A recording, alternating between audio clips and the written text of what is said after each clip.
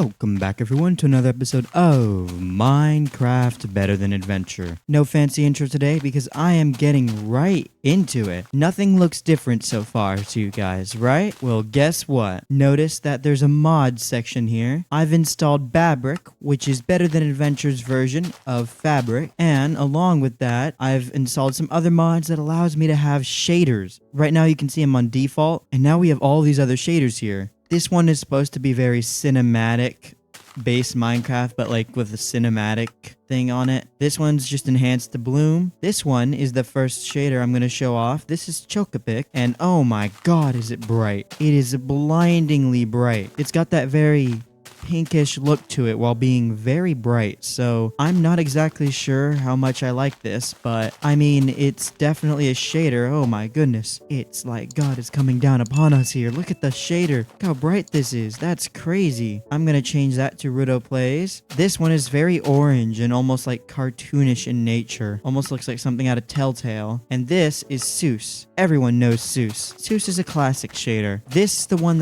one that's my favorite. It's not very orangey. It's not super duper over the top, but it still looks amazing. Oh my goodness, does it look crazy to be using shaders in Better Than Adventure. I had no idea how much easier it was to get shaders working with Better Than Adventure nowadays. I was still on the mindset of the old shaders mod, but there's this new one that is so much better, and it's updated to BTA 7.2, so it works like a charm. It's getting dark, so I'm gonna go and run to sleep. I gotta say, like, if I could get a mix between Seuss and Chocopic, then it would be my favorite shader, because currently Seuss is great, but there's a lot of random details in Seuss that I don't like as much, and I feel like Chocopic mixed with Seuss would be the best combination. One thing I know is that I don't think Seuss has the very obvious god rays like Chocopic does. If we turn on, yeah, look at that. Those, it's like God is descending upon us here. Wow. Chocopic is very bright though, so if I could get a mix of Seuss and this, I would have my perfect shader for Better Than Adventure. Seuss is my favorite. It feels far more vanilla and default looking while still looking very pretty. My god, is this putting a lot of pressure on my computer right now, because right now we have the render resolution at 4K. Actually, you know what? We have a good 60 FPS here, so we're doing fine, but the render resolution is at 4K, and we're running the Seuss shaders. This is a classic shader, and I'm very glad that it's working properly. If I remember correctly, this is the shader that Captain Sparkles did a review of like 12 years ago. It's improved a little bit, it looks like, so maybe this isn't the exact same version, or maybe it is, but shaders in of itself on Minecraft beta are very nostalgic, and the fact that someone got this working with Better Than Adventure, which is its own Minecraft with its own mods and everything, is just so impressive. So for today, I'm going to be running Seuss just to see how this goes. Today, we're doing more interiors, as I mentioned last episode. Oh,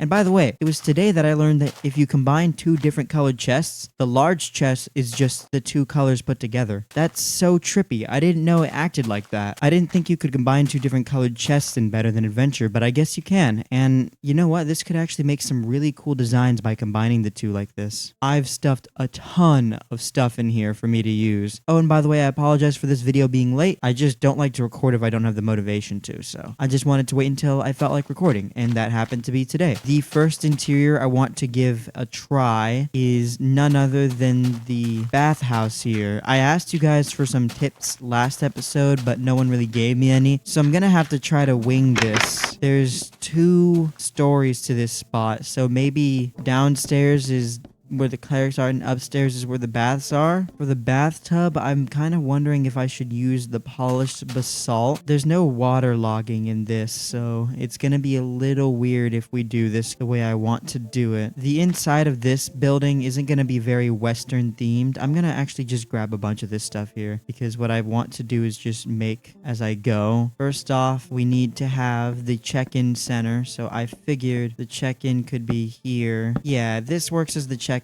spot here. You come in, you check in. In fact, let's throw a tip jar down. I crafted a ton more jars here so that I could have them for decorating, and I figured this could be a cashier.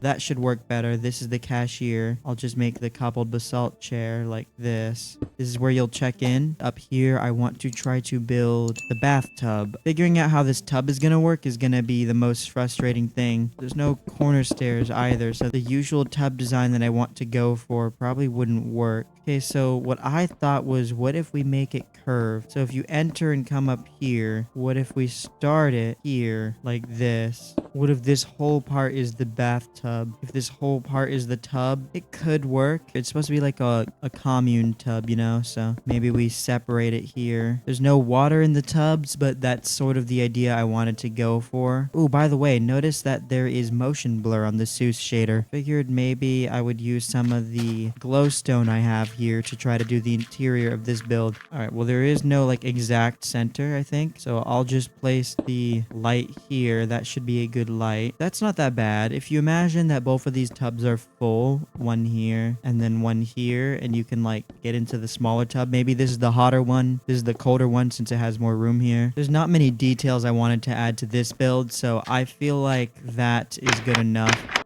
We don't have any water to put inside of the tubs, so unfortunately we have to leave that one right there. There's this build and this build, but also the interior of the blacksmith. Does it need to be decorated? I mean, pretty much we've already decorated everything we need to right here, but this spot is empty. Is there anything I want to put in here with what I have on hand? Maybe we just put a table here to demonstrate that at least it's semi being used. Where does the blacksmith sleep? Nobody knows. Okay, so we do have an idea for the interior of that build. This here, I want it to be that the floor has fallen out, so I'm gonna need some wood for this. I want to see if I can make it look like the floor has fallen out using these blocks. Using a mix of slabs like this, we can maybe make it look like the floor has fallen out. I just want to make it look like it's collapsed, so something like this should work. I'm kind of just placing this stuff until it looks like it might actually be abandoned. Still want it to look like it was the original floor just falling in, so maybe we occasionally go like this and the rest of the wood sits here on the ground, and that's why this place is not in use, because the floor literally fell in. Yeah, that looks like a fallen in floor to me. Let's put the lights here so that mobs don't spawn. I'm not going to bother to do the actual floor because maybe the idea is the grass is overgrown here too. And that's the interior of the abandoned building, why it's blocked off like that. Let's see, over here to this building, what should we build here? I asked you guys last episode, but I didn't really get anything, so I'm kind of lost as to what I want to do here. Maybe we build this as a small merchant shop, like a liquor store across from the general store here. We do have plenty of jars to make a liquor store, and because we didn't use spruce here, we can use them as shelves. That's perfect. All right, let's make it a liquor store. So let's go over here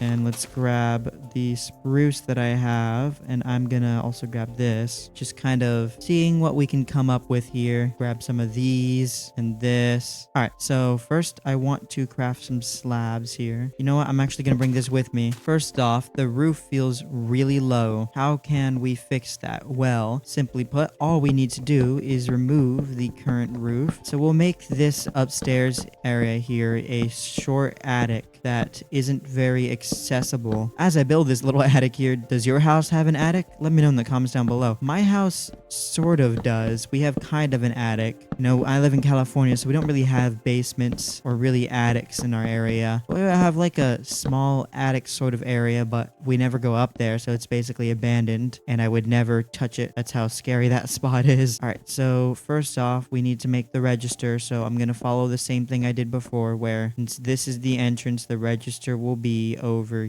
here. That should be a good enough register area. Now I'm just gonna actually make the register part of the register area. I'll use stone for this, bam, and a tip jar or something here. So then this is where we get to shelf making. I'll use some of the actual log to do this. This is gonna be one shelf here. That's one shelf, and then pretty much that's it. I mean, the liquor store probably doesn't need that big of shelves anyways, so we'll get a shelf there, and then maybe a smaller one back here made of basalt, so this one can go like this, sort of a table in the back for them to use. Great. Now because we have so many and this is a liquor store, we can just place all of these here like this. There we go. That's a proper store, I think. And of course, ooh, Whoa, okay, so the rain in Seuss is broken. It definitely looks weird, but I think we should be able to just sleep through this and we should be fine. So let me just click this and sleep through this. There we go, that should clear it up. Now it's no longer raining and it's bright sunny day. After finishing that interior,